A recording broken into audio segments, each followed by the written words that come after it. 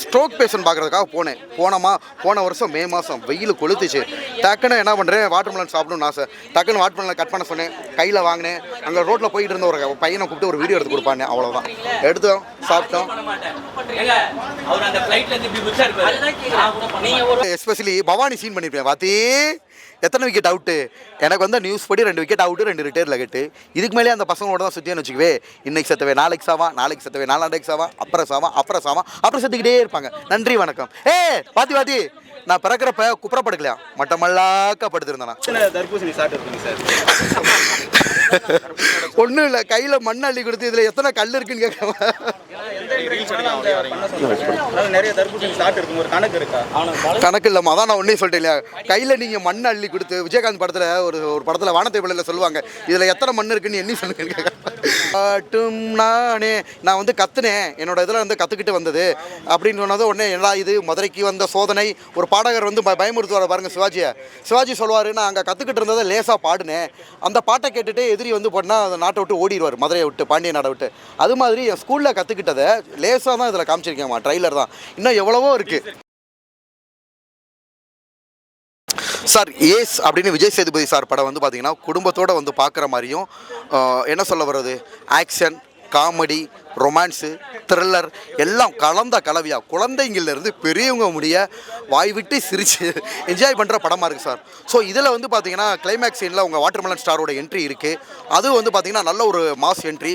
கிட்டத்தட்ட தேட்டரில் வந்து அனல் பறக்க தீப்பொறி கிளம்ப நம்மளோட என்ட்ரி வந்து மக்களை மகிழ்விக்கிற மாதிரி இருக்குது. இந்த வாய்ப்பை கொடுத்த டைரக்டர் ஆறுமுக குமார் சாருக்கு நான் என்னோட நன்றியை தெரிவிச்சுக்கிறேன் சார். ஆடியன்ஸோட பார்த்து அந்த எக்ஸ்பீரியன்ஸ் எப்படி இருந்துச்சு சார்? ரொம்ப சூப்பராக இருந்துச்சு சார். என்னோட சீன் வந்த உடனே தலைவா அப்படின்னு எல்லாரும் கத்த ஆரம்பிச்சாங்க.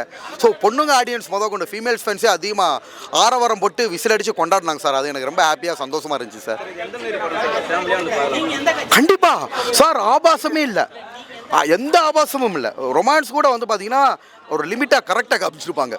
குழந்தைங்கள்லேருந்து பெரியவங்க முடிய குறிப்பாக குடும்பமாக வந்து பார்க்குற மாதிரி இருக்குது சார். குடும்பத்தோடு வந்து என்ஜாய் பண்ணலாம் சார். கிளைமேக்ஸ் சீனில் ஒரு டயலாக்ஸ்லாம் எதுவும் கிடையாது, பட் நம்ம வந்து ஃபேஸை வந்து ரிவீல் பண்ணியிருக்கோம். இதுவே எனக்கு வந்து ஒரு ரொம்ப சந்தோஷமாக இருக்குது. ஃபேஸை ரிவீல் பண்ணியிருக்கோம். அடுத்து வர்ற படங்களில் டைலாக் டெலிவரியோட ஜூன் மாதம் ஒரு படம் ரிலீஸ் ஆகுது சார். அதில் இன்னும் கூட பெரிய லெவலில் பார்ப்பீங்க நீங்கள். இது முன்னாடி விஜய் சேதுபதி சாரோட டைலாக்ஸ் சாங்ஸ் ரீல்ஸ் பண்ணியிருக்கீங்க, அவரு கூட ஸ்க்ரீன் ஷேர் பண்ணியிருக்கீங்க, அது எப்படி இருக்கு சார்? ரொம்ப சந்தோஷமாக இருக்குது சார். வீட்டில் உட்காந்து எஸ்பெஷலி பவானி சீன் பண்ணியிருப்பேன். வாத்தி எத்தனை விக்கெட் அவுட்டு, எனக்கு வந்து நியூஸ் படி 2 விக்கெட் அவுட்டு, 2 ரிட்டையர் விக்கெட்டு. இதுக்கு மேலே அந்த பசங்களோட தான் சுற்றின்னு வச்சுக்குவே. இன்னைக்கு செத்தவே நாளைக்கு சாவா, நாளைக்கு செத்தவே நாளாண்டைக்கு சாவா, அப்புறம் செத்துக்கிட்டே இருப்பாங்க. நன்றி வணக்கம். வாத்தி நான் பிறக்கிறப்ப குப்புறப்படுக்கலையா, மட்டமல்லாக்க படுத்திருந்தேன். ஸோ இதெல்லாம் நான் ரீல்ஸாக என்னோட ஓன் வாய்ஸ்லேயும் பண்ணியிருப்பேன். குளிச்சதோடமா சோப்பெல்லாம் போட்டு. இப்போ அவர் படத்துலேயே ஸ்க்ரீனில் தெரிகிறப்ப இது ஒரு அசுர வளர்ச்சி தானே. ஓகே, இது வந்து நிறைய பேர் கொஞ்சம் இதாகவும் இருக்குது, பொறாமையாகவும். நிறைய பேர் ரொம்ப வருஷமாக சினிமாவில் ட்ரை பண்ணியிருக்காங்க. ஒரு வாட்டர்மெலனை வச்சு ஒரு தாராயி இப்போ இந்த அளவுக்கு ஒரு படத்தாரையும் வந்திருக்காங்க. திறமையானவங்க நிறைய பேர்லாம் இருக்காங்கன்னு சொல்கிறாங்க. அதை நீங்கள் உங்கள் பதில். வாட்டர்மெலன் சீன் மட்டும் நம்மளுக்கு ஃபேமஸ் ஆகலாமா? ஒன்றும் இல்லை, ஒரு கஷ்டமான சீனு. சிவாஜி கணேசன் சார் கர்ணன் படத்தில் நடிப்பார். அதை நான் அடிச்சு காட்டுறேன், நீங்களே ஒரு ஜட்ஜ்மெண்ட் எனக்கு கொடுங்க. சிவாஜி கணேசன் சார் கர்ணன் படம் வாங்கிட்டு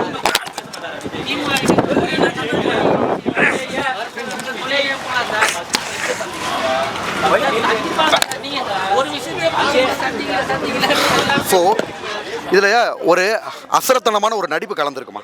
இந்த நடிப்பு தான் நம்மளை கொண்டு வந்திருக்கேன், வேறு திறமை இல்லாமல் கிடையாது. நீங்கள் சொன்னாப்புல நான் வந்து யூடியூபர் கிடையாது, ஓகேங்களா. இன்ஸ்டாகிராமில் மட்டும்தான் என்னோட திறமையை காமிச்சேன். அது கிட்டத்தட்ட 400-500 யாருமே 500 சேனல் இன்டர்வியூ கொடுத்துருக்க மாட்டாங்க. ஏன் இத்தனை யூடியூப் சேனல்காரன் எடுத்த சேனலே வந்து திருப்பி நீ இருக்கணும், போடணும். மக்களுக்கு அவ்வளோ பிடிச்சிருக்கு, ரசிச்சிருக்கு.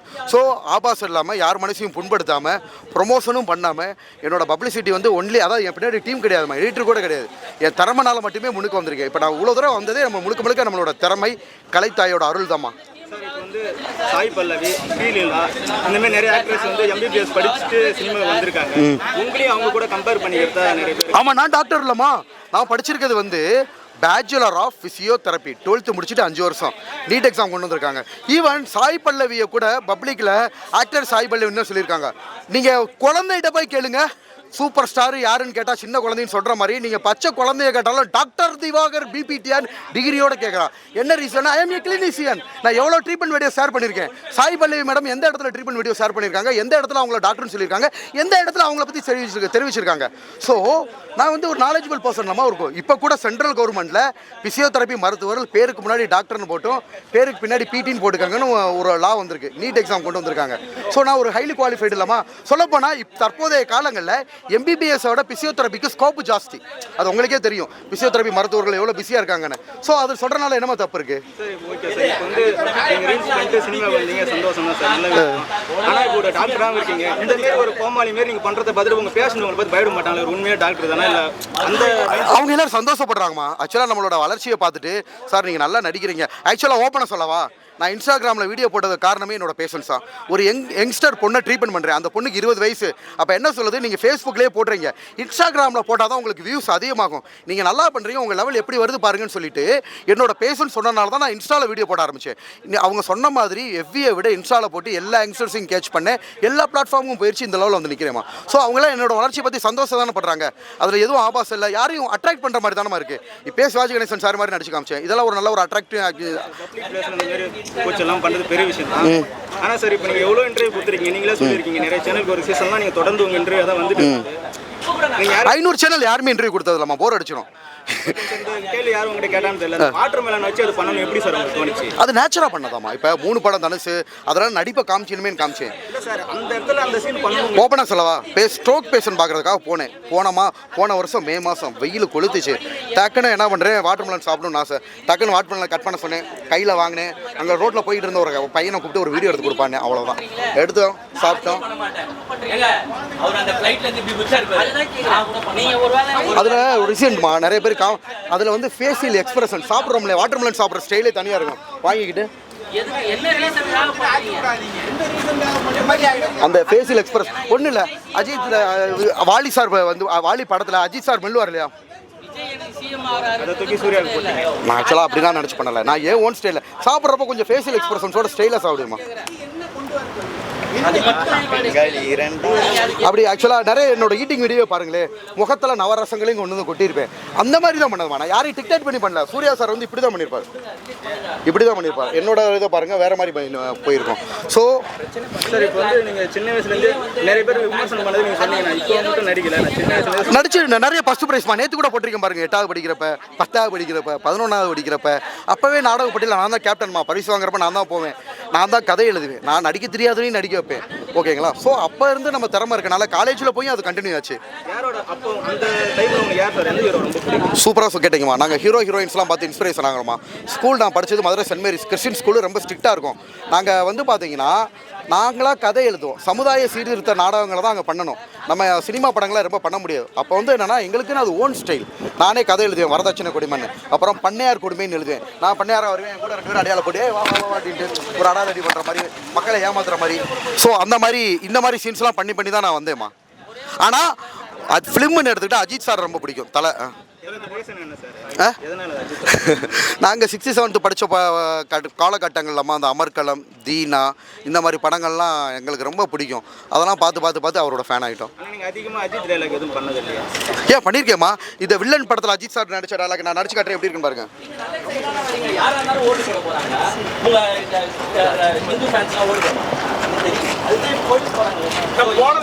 எல்லாருக்கும் 5000 கொடுத்தாரு, ஒன்றும் கொடுக்கல.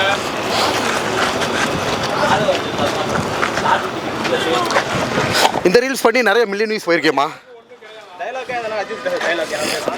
அஜித் சார் இருந்தால் இப்போ குட் பேட் அக்லியே பேசியிருந்தோம்ல, நம்ம என்ன தான் குட்டாக இருந்தாலும் இந்த உலகம் நம்மளை பேட் ஆக்குது. அது ஆக்டிங்னா ஒரு சீன் சொன்னதுக்கப்புறம் தான் உள்வாங்கி தான் நடிப்பாங்க. நீங்கள் சொன்னோன்னே நடிக்கிறீங்களா? அது அதான் நடிப்பு திறமைமா. புதுசாக நம்ம மைக்க பிடிக்கல, அதனால தான் நடிப்பாக இருக்கன்னு பல பேர்கள் வச்சுருக்காங்க. இப்போ படம் லெவலில் வந்து நிற்கிது. 5 படம் நடிச்சிருக்கோம். ஆக்டர் இருந்தாலும் ஒரு சீன் சொன்னதுக்கப்புறம் அது அவங்களுக்குள்ளே உள்வாங்கி அதுக்கப்புறம் தான் அந்த எமோஷனல் எடுத்துட்டாங்க. ஒரு எமோஷனல் சீன் சொன்ன உடனே டக்குன்னு எப்படி எமோஷனல். அதாம்மா கடவுள் கொடுத்த ஒரு வரன்னு சொல்லலாம். ஸோ இப்பேற்பட்ட நடிகர்கள் திறமையானவங்க ஸ்க்ரீனுக்கு வரணும் தான் இளைஞர்களோட ஆசைமா. ஸோ அது எப்போ வந்து நம்ம ஒரு நாயகன் அவதாரம் எடுக்க போகிறோம் தெரியல. அது கூடிய விரைவில் வரும். உங்க முன்னேற்றம் வந்து நிறைய பேருக்கு பிடிக்காம கூட இருக்கு. உள்ள இருக்கான வெளியே நிறைய சொல்றாங்க. அவங்களுக்கு நீங்க என்ன சொல்ல? அவங்க ஓப்பனாக சொல்லுவோமா, அடுத்தவங்களோட வளர்ச்சியை பார்க்காம அவங்களோட இம்ப்ரூவ்மெண்ட்டுக்கு அவங்க ஒர்க் பண்ணிக்கிட்டே இருந்தாலும் எங்கேயோ போயிடுவாங்கம்மா. ஏன் அவனை பிடிக்குது நினைக்கலாம். ஹேட்டர்ஸ் ஆக்சுவலாக நிறைய பேர் லைக் பண்ணுறாங்க, நிறைய ஷேர் பண்ணுறாங்க. அப்போ இவன்ட்ட என்ன இருக்குது அப்படின்றத அறிவுபூர்வமாக யோசிக்கலாம், போட்டியாக எடுத்துக்கலாம், புறம்பட தேவையில்லை. அப்போ அந்த எக்ஸ்பிரஷன்ஸ் காட்டுறான், எங்கிட்ட இருந்து எக்ஸ்பிரஷன்ஸ் காட்டுறான், எப்படி நடிக்கிறியா, என்ன பண்ணுறான். ஸோ அதெல்லாம் யோசித்து அதுக்கேற்றாப்புல ஆக்சுவலாக ஒருத்தவங்களை வீட்டில் இருந்தால் அப்படி தான்மா அவங்க எப்படி பெர்ஃபார்ம் பண்ணி எப்படி மக்கள்கிட்ட ரீச் ஆகிருக்காங்களோ, ஸோ அதோட ரகசியத்தை கண்டுபிடிச்சி அவங்க அது மாதிரி கூட ட்ரை பண்ணலாம், தப்பு கிடையாது. ஆனால் இந்த மாதிரி பேட் கமெண்ட் போட்டு திட்டி ஆதங்கத்தை வெளிப்படுத்தாமல் அவங்க வந்து கீழே போய்கிட்டே தான் இருப்பாங்கம்மா.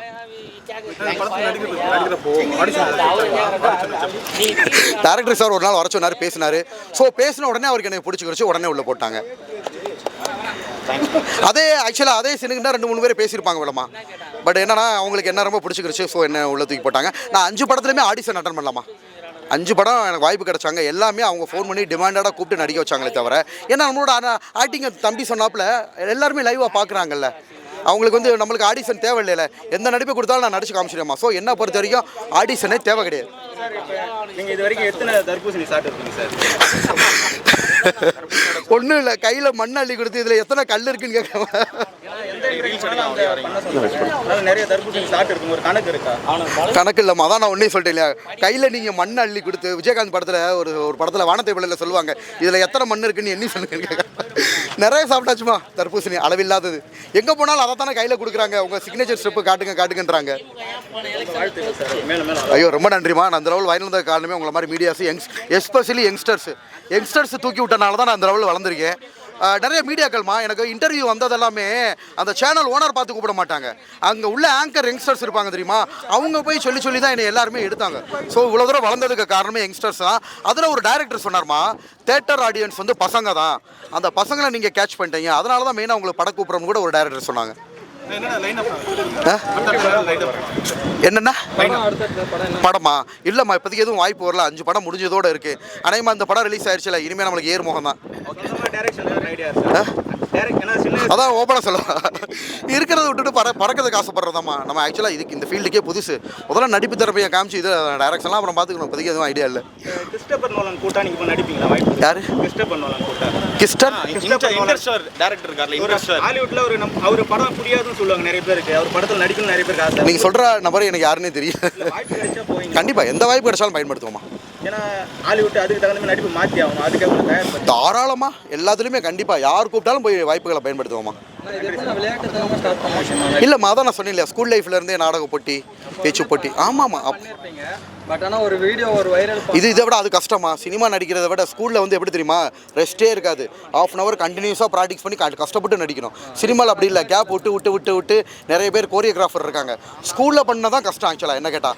அப்போ அதை பண்ண எனக்கு ஒரு படம் வரும் இல்லையா, திருவிடையாரில் பாட்டும் நானே, நான் வந்து கற்றுனேன், என்னோட இதில் வந்து கற்றுக்கிட்டு வந்தது அப்படின்னு சொன்னது. உடனே எல்லா இது மதுரைக்கு வந்த சோதனை, ஒரு பாடகர் வந்து பயமுறுத்துவார் பாருங்கள் சிவாஜி சொல்லுவார், நான் அங்கே கற்றுக்கிட்டு இருந்ததை லேசாக பாடினேன், அந்த பாட்டை கேட்டுட்டு எதிரி வந்து போனால் அந்த நாட்டை விட்டு ஓடிடுவார், மதுரையை விட்டு, பாண்டிய நாடை விட்டு.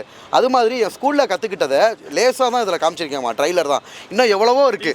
நீங்கள் இதை எதிர்பார்த்தீங்க இந்த மாதிரி எவ்வளோ ரீல்ஸ் பண்ணியிருக்கீங்க நீங்கள்? இப்போ ஃபர்ஸ்ட் டைம் இந்த மாதிரி பப்ளிக் பிளேஸில் வந்து இந்த மாதிரி நிறைய இன்டர்வியூ கொடுத்துருப்பீங்க, இந்த மாதிரி இன்டர்வியூ கொடுத்துருங்க. இது வரைக்கும் பண்ணாத என்ன ரீல்ஸ் நம்ம ஆடியன்ஸ்க்காக என்ன பண்ணுவோம், புதுசாக ஏதாவது ஒரு படத்தில் வச்சிங்கன்னா ரீக்ரியேட் பண்ணுங்க. ஏன்னா யோசிக்காமல் பண்ணுறீங்களா? ஆமாம் இருங்க. இப்போ யூஸ்வலாக எனக்கு பிடிச்ச சீன்ஸாக தான் பண்ணுவேன். விஜய் சேதுபதி சார் இது பண்ணுவோமா, பொலக்கட்டும் பரன்னு ஒரு பாட்டு பண்ணுவார்ல, டான்ஸ் போட்டு விஜய் சேதுபதி சார் படத்தில் பண்ணுவார்ல, பொலக்கட்டும் பர